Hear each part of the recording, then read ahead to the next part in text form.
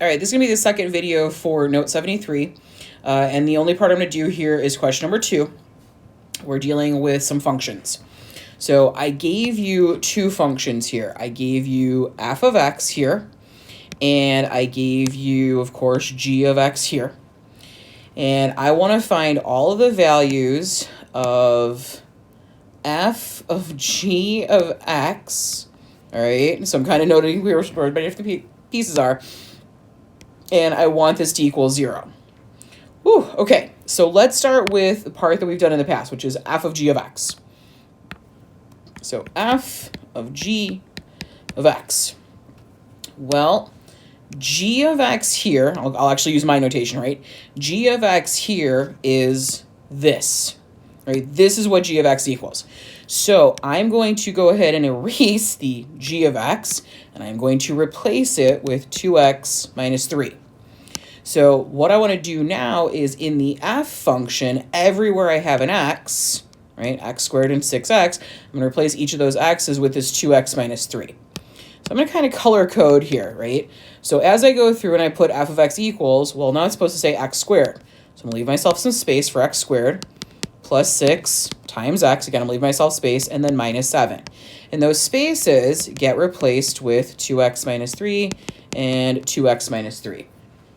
Okay, but, and this is where it's going to get a little different than what we've done in the past, now I want this whole thing to equal 0.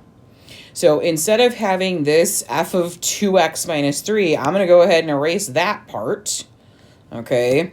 And I'm going to say, well, that whole thing is supposed to equal 0. Okay, so f of g of x, we figured out that part. That's that stuff in black and pink written on the right side, and I want it to equal 0. Now, whether I put the equal to 0 on the left or right side, irrelevant. But we are going to need to do some simplification here. So 2x minus 3 squared means I'm going to write the 2x minus 3, that's a horrible 3, there we go, 2 times, so 2x minus 3. I am going to fully distribute, right, that's 6. So 6 times 2x is going to be 12x. 6 times negative 3 is negative 18, and then minus 7, right? This all is supposed to equal 0. Let me zoom in a little bit.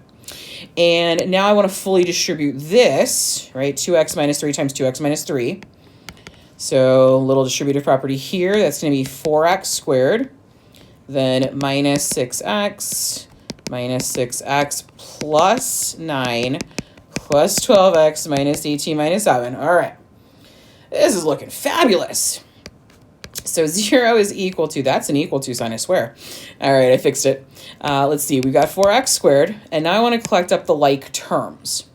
So I've got negative 6x, and a positive 12. Negative 6 minus 6 is negative 12. Well, negative 12x plus 12x, there's no more x's. Those are done. So that's out of the picture. And then I've got positive 9, minus 18, and a minus 7. All right, let's see what I got here. 9 minus 18 would be negative 9. Negative 9 minus 7 would be negative 16. Yep, okay, that works. This problem has just gotten a lot smaller, all right? And I like it a lot smaller. So what I want to do right now is I'm going to look at 4x squared and 16. Both of those have a numeric GCF of 4, so I can go ahead and divide that 4 out. So 0 is equal to x squared minus 4. You can either move the 4 to the other side and solve that way, or you can factor this as a difference of perfect squares. So the x is going to split, the 4 is going to split. Make one positive, make one negative. I write too large. Shocking, I know. So we've got x plus 2 as a factor equal to 0, and then x minus 2 as a factor is equal to 0. So x equals negative 2 and x equals positive 2. So where it said find all values of x, there are two values of x that make f of g of x 0. All right, so what would happen is if I took, and I'll go with something relatively easy here. If I took 2 and I put it in the g function, So 2 times 2 makes 4. 4 minus 3 is what, 1? And then if I took that value of 1 and put it in the f function, I'd have 1 squared is 1. 6 times 1 is 6. So I've got 1 plus 6 minus 7. Yeah, folks, that ends up being the 0 that we wanted it to be.